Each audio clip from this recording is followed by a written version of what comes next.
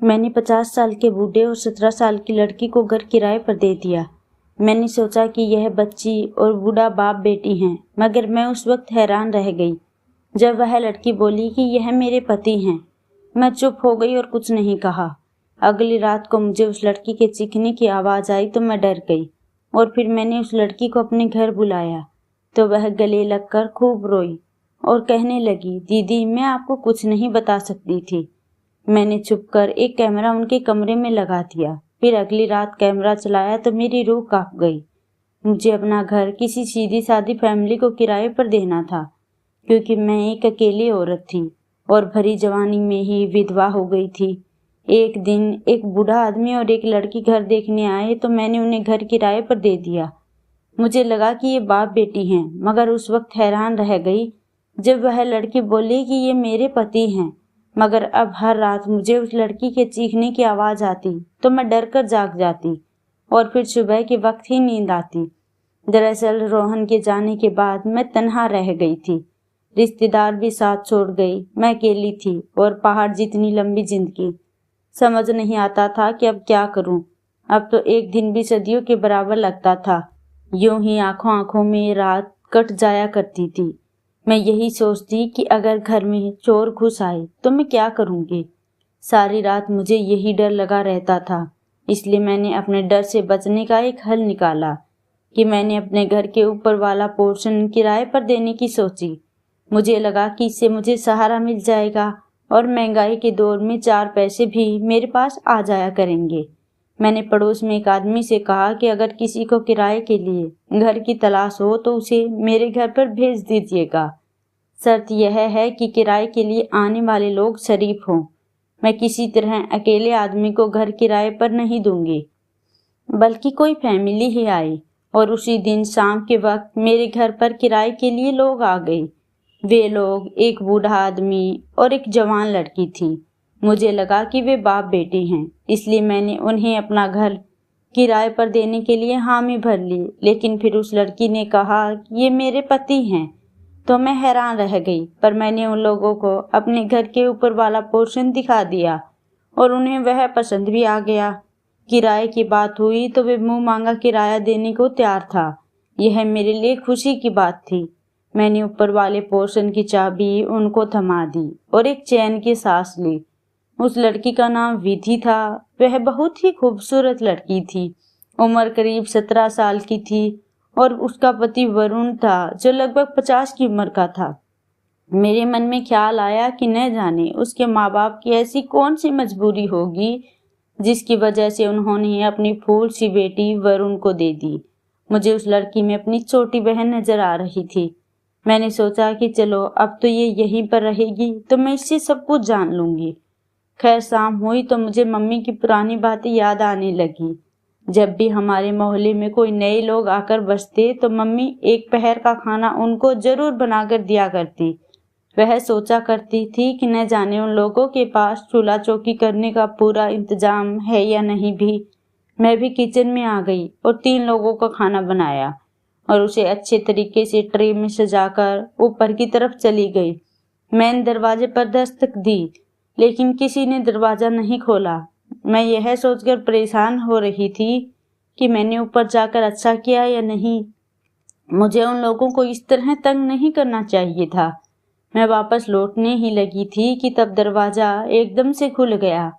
सामने ही वरुण खड़ा था। उसने मेरे हाथ में ट्रे देखी तो कहने लगा, बहन आपने बिना वजह परेशानी क्यों उठाई। मैं मुस्कुरा दी और कहा कि इसमें परेशान होने की कौन सी बात है। यह तो मेरा फर्ज बनता है। आप लोग मेरे साथ रहने लगे हैं, मुझे इतना तो करना ही था। तभी वरुण कहने लगा कि विधि खाना बनाने में ही लगी है, आप बिना वजह परेशान हो गई। मैंने कहा कि आज के दिन विधि भी आराम कर ले। वैसे वह है कहाँ, जरा मैं भी उससे मिल लूं। इतना कहकर मैं रूम में जाने लगी तो वह एकदम से मेरे सामने आकर खड़ा हो गया और कहने लगा कि दरअसल विधि सो रही है, उसके सर में बहुत दर्द था। मैंने कहा कि तुम अभी सो जाओ, अगर वह आधी नींद से जाग गई तो उसकी तबीयत बिगड़ जाएगी। वह बहुत नाजुक सी है, कच्ची नींद से उठ जाए तो उसकी हालत खराब हो सकती है। इतना सुनकर मैं नीचे आ गई। मैं यही सोचती रह गई कि वरुण ने एक ही लम्हे में कैसे बात पलट दी। पहले तो कह रहा था कि विधि किचन में है, खाना बना रही है, फिर फौरन से यह भी कह दिया कि वह सो रही है। मुझे अब दाल में जरूर कुछ न कुछ काला नजर आ रहा था। मैं इस बारे में सोचना नहीं चाह रही थी कि वह लोग किराए के तौर पर आए थे। फिर मैं सो गई। सुबह उठी, पूजा पाठ किया और खाना खा लिया। मुझे इस बात का पूरा यकीन था कि विधि मेरे पास जरूर आएगी और खाने के लिए शुक्रिया अदा करेगी, मगर यह बात मेरे लिए सिर्फ ख्यालात साबित हुई। मैंने बहुत देर तक विधि का इंतजार किया, मगर वह नीचे नहीं आई। फिर ऐसे ही रात हो गई और मैं सोने के लिए लेट गई। मुझे लगा कि आज की रात मेरी सुकून से कटेगी, मगर आधी रात के वक्त मैं हड़बड़ाकर उठ बैठी। मैं यही सोच रही थी कि मेरी आंखें कैसे खुल गई। तभी मेरे कानों में किसी लड़की के चीखने की आवाज पड़ी। ऐसे लग रहा था कि चीखने वाली लड़की बहुत ही तकलीफ में है। मुझे बहुत डर लगा था। मैं शुरू से इतनी डरपोक नहीं थी, लेकिन जब से मेरे पति का देहांत हुआ मुझे तो पत्ते हिलने से भी डर लगता था। मैंने अपने कानों पर हाथ रख लिया, लेकिन यह आवाज थमी ही नहीं, बल्कि धीरे धीरे बढ़ती जा रही थी। मैंने खुद को बेड पर लेटा दिया और कानों पर हाथ रखकर हनुमान चालीसा पढ़ने लगी। यूं ही करते करते रात कट गई। जब सुबह हुई तो जाकर आवाज कम हुई। मैंने नहा धोकर पूजा पाठ किया। मुझे अपनी हालत पर अफसोस होता था। ऐसे लगता था कि मैं पागल हो जाऊंगी। खैर, पूजा करने के बाद मैं सोने के लिए लेट गई और सुबह 9 बजे मेरी फिर से आंख खुल गई तो मैं बाहर बरामदे में आकर बैठ गई। तभी मुझे वरुण नजर आया। वह नीचे आ रहा था। जब उसकी नजर मुझ पर पड़ी तो वह बहुत घबराया हुआ लग रहा था। उसने मुझे नमस्ते किया और जल्दी से वहां से निकलकर बाहर चला गया। शायद मेरे सवाल से डरकर जल्दी से बाहर निकल गया था। वरुण के हुलिये से तो यह भी जाहिर हो रहा था कि जैसे वह ऑफिस के लिए निकला हो। मैंने उठकर अपना नाश्ता बनाया। अब तक वरुण वापस नहीं आया था तो इस बात का कंफर्म हो गया था कि वह वाकई काम के सिलसिले से घर से बाहर निकला है। मैंने इस मौके को सुनहरा समझा, क्योंकि कल से विधि के साथ एक बार भी मुलाकात नहीं हुई थी। मैं उसके साथ बैठकर बात करना चाहती थी, उसके हालात के बारे में जानना चाहती थी। इसीलिए मैं ऊपर के पोर्शन पर पहुंच गई। मैंने दरवाजा खटखटाया और इस इंतजार में खड़ी हो गई कि विधि अभी दरवाजा खोल देगी, मगर उसने दरवाजा नहीं खोला। और यह कोई आम बात नहीं थी। वह लड़की कल ही मेरे घर आई थी, मगर मैंने उसकी एक झलक भी नहीं देखी थी। मैं वापस पलटने की बजाय फिर से दरवाजा खटखटाने लगी। तभी विधि की घबराई हुई आवाज मुझे सुनाई दी। वह कहने लगी, दीदी आप है ना? मैं बोली, हाँ, तुम दरवाजा खोलो तो। मुझे विधि के सिसकने की आवाज आई। वह बोली, दीदी मैं दरवाजा कैसे खोलूं? मुझे तो वरुण बाहर से ताला लगा कर गया है। मैं उसकी बात सुनकर हैरान रह गई। तभी मेरी नजर दरवाजे पर लटकते छोटे ताले पर पड़ी। मैं बोली, विधि तुम्हारा पति तुम्हें बाहर से बंद करके क्यों गया है? वह बोली, मेरे पति मुझ पर शक करते हैं। उनकी उम्र मुझसे ज्यादा है ना, तो इसलिए हर वक्त उन्हें यही गम सताता रहता है कि मैं कहीं उन्हें धोखा ना दे दूं। मैं विधि के लिए बेहद परेशान हो गई थी। मैंने कहा कि तुम ठीक तो हो? उसकी जख्मी सी हंसी मुझे सुनाई दी। वह बोली, हाँ, कहने को तो मैं बिल्कुल ठीक हूँ। मेरे पास दुनिया की हर चीज मौजूद है, रुपया, पैसा, कपड़े, जूते, मेरा फ्रिज तरह तरह के खानों से भरा पड़ा है, मगर मैं खुश नहीं हूँ। मुझे बहुत ज्यादा दुख हो रहा है। मैंने कहा कि विधि मैं तुम्हारे लिए क्या कर सकती हूँ? मुझे बताओ, मैं तुम्हारी मदद करना चाहती हूँ। वह बोली कि मेरी मदद तो मेरे अपनों ने ही नहीं की तो आप क्या करेंगी? आपसे इतनी गुजारिश है कि मेरे लिए दुआ कर दिया करें, और मुझे कुछ नहीं चाहिए। मैंने कहा कि क्यों नहीं।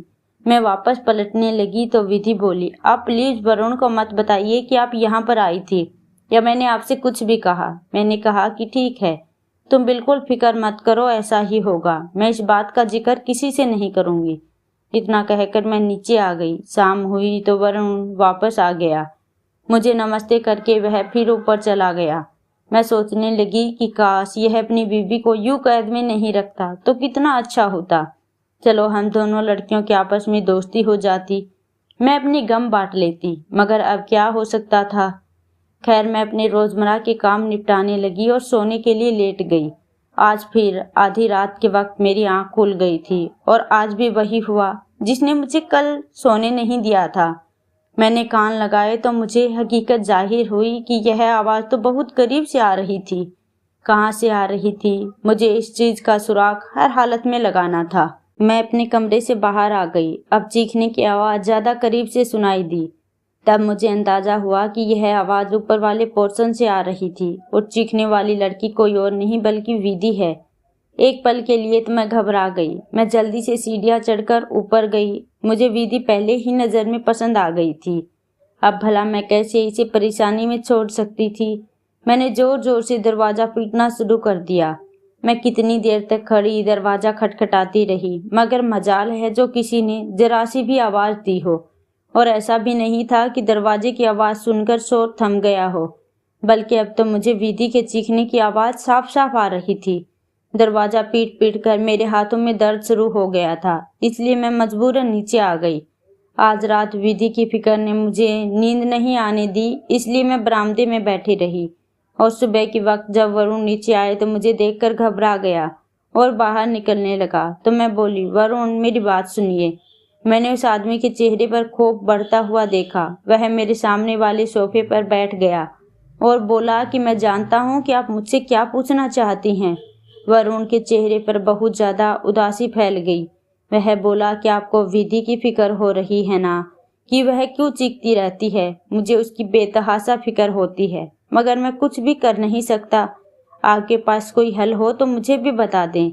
मैंने देखा कि वरुण की आंखों से आंसू निकल रहे थे और मुझसे नज़र बचाकर अपने आंसू साफ कर रहा था। मैंने कहा कि मुझे यह बताएं कि इसके साथ मसला क्या है, तभी तो कोई हल बता पाऊंगी ना। वरुण ने सर उठाया और मेरी आंखों में आंखें डालकर बोला, विधि का सबसे बड़ा मसला उसकी पसंदीदा आदमी से शादी ना होना है। मैंने हैरानी से वरुण की तरफ देखा। वह बोला, मेरी शक्ल और सूरत को गौर से देखिए और मुझे बताइए कि क्या विधि जैसी कम उम्र की लड़की मेरे साथ खुश रह सकती है। उस दिन तो आपने मुझे उसका बाप समझ लिया था। मुझसे बस यही गलती हुई थी कि मैं विधि के बाप की बातों में आ गया था। उसने मुझसे 20 लाख रुपए कर्ज लिया था और वह कर्ज वापस न करने पर मुझे गुस्सा आ गया और मैंने कह दिया कि अगर मेरे पैसे वापस नहीं किए तो मैं उसे पुलिस के हवाले कर दूंगा। तभी उसने कहा कि मेरे पास तुम्हें देने के लिए 1 रुपया भी नहीं है। तुम यूं करो कि पैसों की जगह मेरी बेटी से शादी कर लो। मुझे उसकी बात सही नहीं लगी थी, मगर उसने अपनी बेटी की तस्वीर मेरे सामने रख दी और बोला कि अगर तुम मुझसे शादी नहीं करोगे तो मैं किसी और से पैसे लेकर इसको विदा कर दूंगा। मेरी पहली शादी हो चुकी थी, लेकिन शायद मेरा उसके साथ बहुत कम समय के लिए साथ था और उसकी एक एक्सीडेंट में मौत हो गई। मैंने अपनी बीवी के साथ वफा निभाई और 50 की उम्र तक पहुंचने पर भी मैंने शादी नहीं की, मगर मुझे तन्हाई का एहसास बड़ी शिद्दत से होता था। जी चाहता था कि कोई मेरा भी हो जिससे मैं अपना सुख दुख बांट सकूं, और इसीलिए मैं विधि के बाप की बातों में आ गया और शादी के लिए हाँ कर दी। शादी की रात ही विधि ने मेरे मुंह पर थप्पड़ मारा और कहा कि मैं तुम्हारी कभी नहीं हो सकती। तुम्हें शर्म आनी चाहिए थी अपनी बेटी की उम्र की लड़की से शादी करते हुए। अब वह हर रात मुझे जलील करने के लिए चीखती चिल्लाती है। इस वजह से मुझे अपना घर भी छोड़ना पड़ गया है, क्योंकि लोग मुझ पर शक करते थे कि शायद मैं अपनी बीवी पर जुर्म करता हूँ। मैं यूं ही घर बदलता रहता हूँ। लोग विधि की वजह से मुझे जीने नहीं देते। अभी यह मेरा 5वां घर है। मैंने यहाँ आकर इसके आगे हाथ भी जोड़ दिए थे और बोला था कि मुझे जलील मत करो, तुम्हें भगवान का वास्ता मुझे जी लेने दो। मगर वह यहाँ आकर भी अपनी हरकतों से बाज नहीं आई। लेकिन इसमें विधि का भी कोई कसूर नहीं है। वह दिमागी तौर पर बीमार हो चुकी है, इसका इलाज चल रहा है। वह लोगों को भी जख्मी कर देती है, इसलिए मैं इसे बाहर से ताला लगाकर जाता हूँ। मैं वरुण की बातें सुनकर हैरान रह गई। मैंने बड़ी गौर से वरुण के चेहरे की तरफ देखा तो उसे देखकर यही लग रहा था कि वह सच कह रहा हो। तभी मैंने कहा कि मैं आपसे एक निवेदन करना चाहूँगी कि आप विधि को यूं बंद करके नहीं जाया करें। मैं इससे बात करने की कोशिश करूँगी तो हो सकता है कि इसकी हालत में कुछ सुधार हो जाए। इस पर वरुण परेशान हो गया और बोला, आप यह सब इसलिए कर रही हैं क्योंकि आपने इसकी हालत नहीं देखी। जब इसे गुस्सा आता है तो इस पर जुनून इस कदर सवार हो जाता है कि इसे संभालना मुश्किल हो जाता है। मैं ऑफिस में होता हूँ तो पीछे से यह आप पर भी हमला कर सकती है, इसलिए मैं इसे खुला नहीं छोड़ सकता। पर मैंने वरुण से कहा कि अगर मुझे कुछ हुआ तो इसका कसूरवार मैं ही होऊंगी। मैं इसका कसूरवार आपको नहीं ठहराऊंगी, बस आप मेरी यह बात मान लें। तो वरुण मेरी तरफ बड़ी गौर से देखता रहा और फिर अपनी जेब से चाबी निकालकर मुझे थमा दी और बोला कि आप होशियार रहना। जैसे ही आपको महसूस हो कि विधि को गुस्सा आ रहा है तो फौरन कमरे से बाहर निकल जाइएगा। मैंने हाँ में सर हिला दिया तो वरुण उठकर चला गया और मैं यह सोच कर परेशान हो रही थी कि आखिर सच क्या हो सकता है। ताला खोलकर मैं ऊपर वाले पोर्शन में आ गई। मुझे विधि सोफे पर बैठी नजर आई। वह किसी गहरी सोच में गुम थी और बार बार अपने आंसू पोंछ रही थी। मैंने उसको पुकारा तो मुझे देखकर उछल पड़ी। फिर दिल पर हाथ रोक कर बोली, आपने तो मेरी जान ही निकाल दी थी। मैं हंसी तो वह हैरानी से बोली, आप यहाँ कैसे आ गई? आपको चाबी कैसे मिल गई? मैंने कहा कि बस तुम्हारी दीदी का कमाल है। विधि रोने लगी और उठकर मेरे गले लग गई और कहने लगी कि दीदी, मुझे बहुत अरसे से किसी ऐसे कंधे की तलाश थी जिस पर मैं सर रख कर रो सकती हूँ। मैंने कहा कि विधि, तुम्हें रोने की जरूरत नहीं है, तुम्हारी दीदी तुम्हारे पास है। आज यहाँ तुमसे बहुत जरूरी बात पूछने आई हूँ। मुझे यह बताओ कि रात के वक्त तुम चीखने क्यों लगती हो, जबकि मैंने वरुण की बातों पर भरोसा कर लिया था। मगर मैं विधि की तरफ से भी कहानी सुनना चाहती थी। मुझे यह नहीं पता कि कहीं वरुण ने मुझे पागल ही बनाया हो। वह घबरा गई और कहने लगी, मैं तो नहीं चीखती, मुझे क्या जरूरत पड़ी? मैं तो अपनी जिंदगी में बहुत खुश हूँ। वरुण मेरा बहुत ख्याल रखते हैं। मैं उस लड़की की बात सुनकर हैरान रह गई। उसने अचानक ही कहानी पलट दी। कल तो कुछ और ही कह रही थी। फिर वह बोली कि आप मुझे अपना पोर्शन दिखाएं। आपने इसकी सजावट कैसे की हुई है? मैं भी अपना घर सजाना चाहती हूँ ताकि मेरा पति जब घर आए तो उसे ताजगी का एहसास हो। मैंने सर हिला दिया और उसे अपने साथ ले गई। हम दोनों नीचे आ गए तो विधि ने अपना बाजू मेरे सामने कर दिया। उस पर जलने का निशान था। मैं एकदम से डर गई। वह बोली कि क्या हुआ और कहने लगी कि मैंने आपसे जो बातें की थी न जाने वह मेरे पति ने कैसे सुन ली। शायद उसने कुछ रिकॉर्डिंग के लिए लगा रखा है। वह मुझ पर गहरी निगाह रखे हुए हैं, इसलिए मैंने ऊपर आपसे कहा था कि मैं बहुत खुश हूँ, जबकि ऐसा कुछ भी नहीं है। मेरा पति मुझ पर बहुत अत्याचार करता है। आप चाहें तो कैमरा मंगवाकर ऊपर वाले पोर्शन में लगवा दें। मैं तो ऐसा कुछ भी नहीं कर सकती, लेकिन आप चाहें तो वह रिकॉर्डिंग थाने में ले जाकर मेरे मुजरिम को सजा दिलवा सकती हैं। मैं आज़ाद हो जाऊंगी। मैंने कहा कि ठीक है, मैं कुछ ना कुछ करती हूँ। सच कहूँ तो मैं इन दोनों मियाँ बीबी की बातों में फंस कर रह गई थी। मुझे तो दोनों की बातों पर यकीन आ जाता था। दोनों ही मासूम लगने लगते थे। मैंने किसी से ऊपर वाले पोर्शन में कैमरे के लिए कह दिया था। खैर, मुझे हर रात ऊपर वाले पोर्शन से चीखने की आवाज़ आती रहती और सुबह वरुण मेरे सामने रोने लगता और कहता कि मेरी बीवी की हालत बहुत खराब होती जा रही है, जबकि दिन के वक्त विधि मेरे सामने रोती रहती और कहती कि मुझ पर जुल्म बढ़ता जा रहा है। मुझे उन दोनों मियाँ बीवी की बहुत फिक्र होती थी। कैमरा आने में अभी एक दिन बाकी था। शाम को मैंने खाना बनाया तो सोचा कि विधि को दे आऊं। मैं सीढ़ियां चढ़कर ऊपर जा रही थी, तब मेरे कानों में विधि की आवाज़ पड़ी। वह बोली कि आज रात पूरी तैयारी के साथ आना, तुम इसकी फिक्र मत करो। वह कमज़ोर है, इसे काबू कर पाना आसान है। मैं यह बात सुनकर उल्टे कदम लौट आई। मेरे सामने विधि का किरदार एक सवालिया निशान बना हुआ था। शायद विधि गलत थी। वह रात को अपने किसी आशिक को घर पर बुलाती थी और वरुण को काबू कर लेती।